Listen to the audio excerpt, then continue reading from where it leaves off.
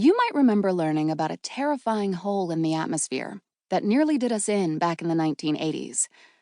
Or maybe you've never even heard about it. Nowadays, educators often skip the topic altogether because that ozone hole is filed away under problem solved. But back when the hole was at its largest, scientists were really freaking out. Without an intact atmosphere layer acting like a giant beach umbrella blocking the sun's radiation, we were all gonna fry, they said. The panic high point was around 1986. An emergency meeting was convened in Boulder, Colorado. Scientists gathered from all over.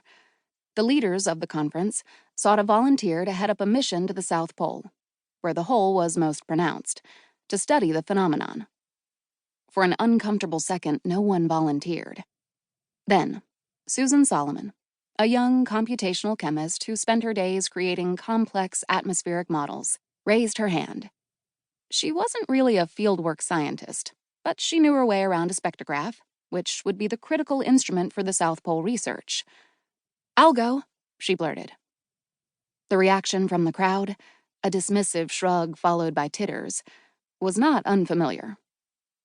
Earlier that day, she'd presented her novel theory on why the ozone hole had opened in the first place, but no one had seemed particularly convinced or impressed then either.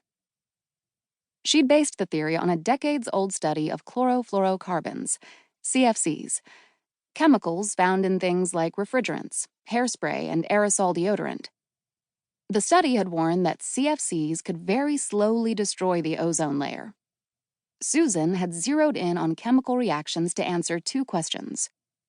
If CFCs were used widely, why was the ozone hole appearing only in the spring and summer?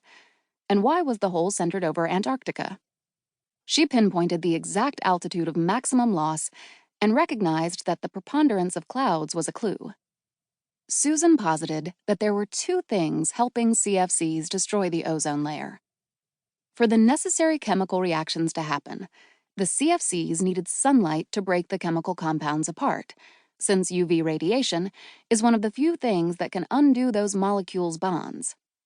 They also needed something to sit on, like nice, tiny ice crystals in all those gathering polar clouds she'd noticed. Susan hypothesized that in these perfect conditions, CFCs were breaking apart and releasing chlorine, which was destroying the ozone, which then released more chlorine in an ever-accelerating, terrifying loop. It was ridiculous to her audience, all men, and the bit about the clouds, that was practically heretical, as Susan recounted. And now this woman with the crackpot theory wanted to lead the expedition to the South Pole? Well, yes. And 4 months later, she did, and touched down in Antarctica with 16,000 pounds of equipment and her team of 15. She worked 18-hour days, often perched atop a building in temps below minus 40 degrees, angling her mirror to direct light through a hole they'd cut in the roof, and then through a prism in the spectrograph. The colors produced indicated how strongly wavelengths of light were being absorbed, which revealed the concentration of chlorine. Her finding? The presence of chlorine dioxide 100 times normal levels. And the ever-accelerating loop she'd discovered? The destruction was anything but slow. Earth was facing a ticking time bomb. When this news hit the front pages, the world jumped. The United Nations convened a summit in Montreal. Given the findings and theory, every developed country swore off CFC production immediately, and the rest of the world soon followed. The Montreal Protocol remains a singular case of every nation on Earth linking arms to avert an environmental cataclysm.